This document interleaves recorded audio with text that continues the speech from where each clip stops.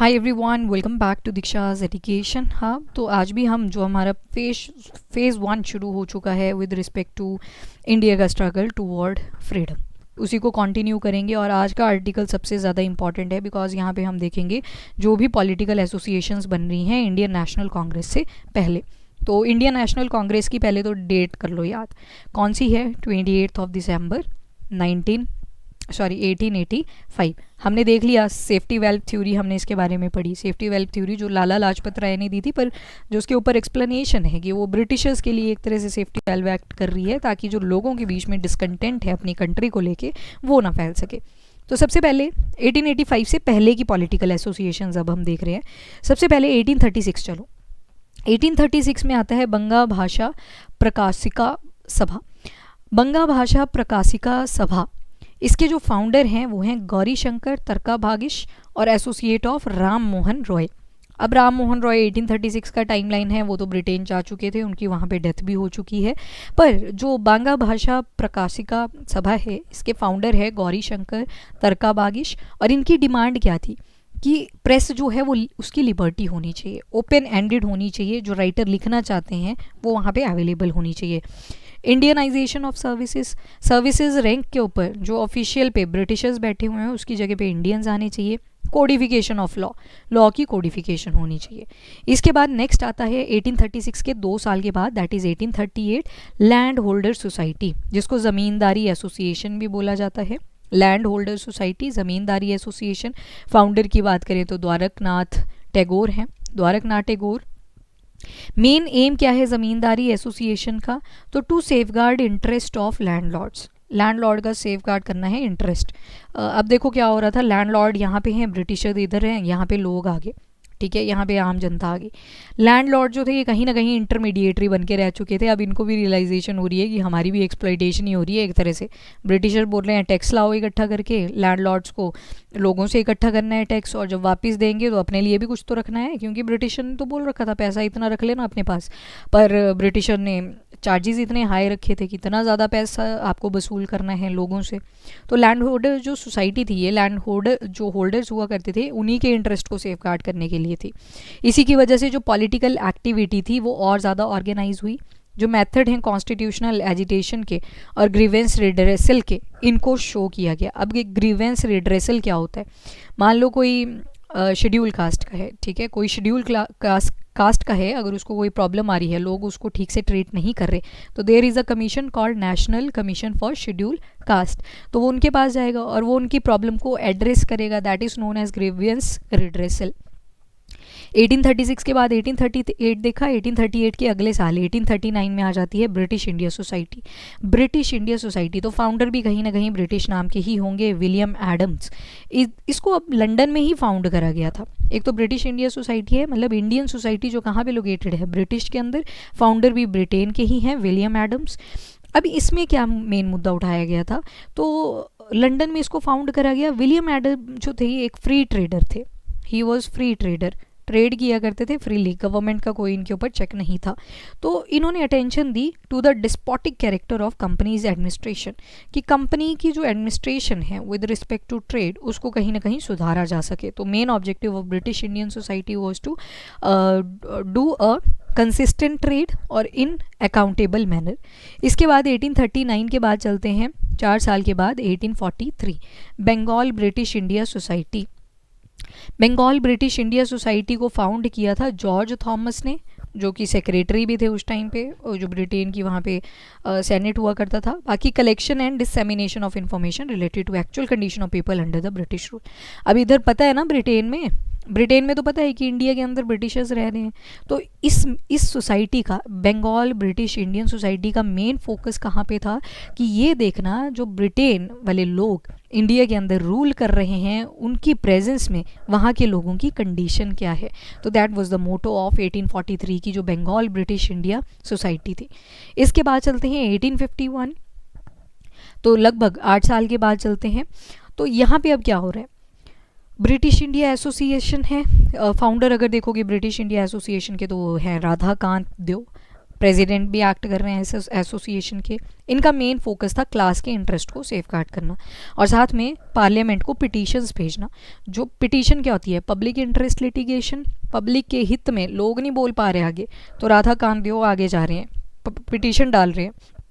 तो 1851 में British India association. 1852 चलते हैं, बॉम्बे एसोसिएशन बन जाती है। फाउंडर अगर देखोगे तो जगन्नाथ शंकर सेठ है। तो founder of Bombay association is Jagannath Shankar सेठ। इनका मेन ऑब्जेक्टिव क्या है कि इंडियंस को काउंसिल के अंदर रिप्रेजेंट करवाया जाए। It's not Britishers but it should be Indians, it must be Indians. Council के अंदर इंडिया की रिप्रेजेंटेशन होनी चाहिए। 1852 के बाद 1866 चलो, ईस्ट इंडिया एसोसिएशन बनी जिसको दादा भाई नारोजी ने फाउंड करा। इन्होंने क्या किया, इंग्लैंड के अंदर लोगों के ओपिनियन को कलेक्ट किया कि इंडिया का वेलफेयर कैसे किया जा सकता है। इंडियन वेलफेयर के रिगार्डिंग इन्होंने क्या किया, पब्लिक ओपिनियन को कलेक्ट किया इंग्लैंड में। ठीक है, ईस्ट इंडिया एसोसिएशन, फाउंडर हैं दादा भाई नारोजी, भूलना नहीं है। और इन्होंने क्या किया, पब्लिक ओपिनियन, जो इंग्लैंड के लोग हैं ना, वहाँ पे एक ओपिनियन लिया कि इंडियन वेलफेयर कैसे हो सकता है, क्योंकि वहाँ पे तो लोगों को राइट मिल रखे थे। उनका क्या जा रहा है भाई, तुम्हारे साथ दूसरी कंट्री में अगर एक्सप्लॉयटेशन हो रही है, उनको नॉर्मल राइट्स मिल रहे हैं, उनको सारी सुविधाएं मिल रही हैं, इंडस्ट्री सेटअप है, एम्प्लॉयमेंट है, वेल लाइफ स्टैंडर्ड है। तो इसी वजह से दादा भाई नारोजी जो कि इकोनॉमी के फील्ड में काम कर रहे हैं, तो ये पब्लिक ओपिनियन लेते हैं कि इंडियन वेलफेयर के रिस्पेक्ट में। 1866 के बाद 4 साल के बाद 1870 में चलो, पूना सार्वजनिक सभा। पूना सार्वजनिक सभा जो थी, ये आपके फाउंडर हैं इसके Mahadev Govind Ranade. Mahadev Govind Ranade, he was serving as a bridge between government and people.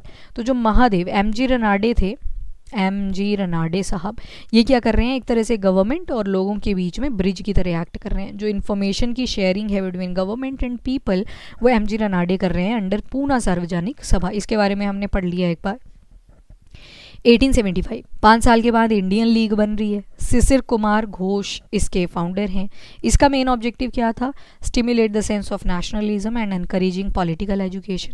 तो यहाँ पे एनकरेजमेंट करनी थी कि राष्ट्रवाद की फीलिंग लोगों के अंदर इमर्ज करी जा सके और पॉलिटिकल एजुकेशन लोगों को दी जा सके कि पॉलिटिक्स जो चलती है वो किन पैरामीटर्स के ऊपर चलती है। तो that was the Indian league, founder हैं शिशिर कुमार घोष। तो सेंस ऑफ नेशनलिज्म डेवलप करना इनका मेन मुद्दा था। 1876 देखो, 1876 में बन रही है आपकी इंडियन एसोसिएशन। फाउंडर हैं इसके 2 लोग, वन इज सुरेंद्र नाथ बनर्जी और दूसरे हैं आनंद मोहन बोस। मेन ऑब्जेक्टिव क्या है कि centre of leading representative community of Bengal. Bengal जो था वो मेन सेंटर बन गया था। याद करो रेगुलेटिंग एक्ट ऑफ 1773। अब बंगाल के अंदर चाहते हैं कि बंगालीज़ की भी रिप्रेजेंटेशन होनी चाहिए, और जो बंगाली है that was the main language of this association. ये जो इंडियन एसोसिएशन बनी बंगाल वाले एरिया की है। सुरेंद्र नाथ बनर्जी का नाम याद रखना है, आनंद मोहन बोस का याद रखना है नाम आपने with respect to Indian association.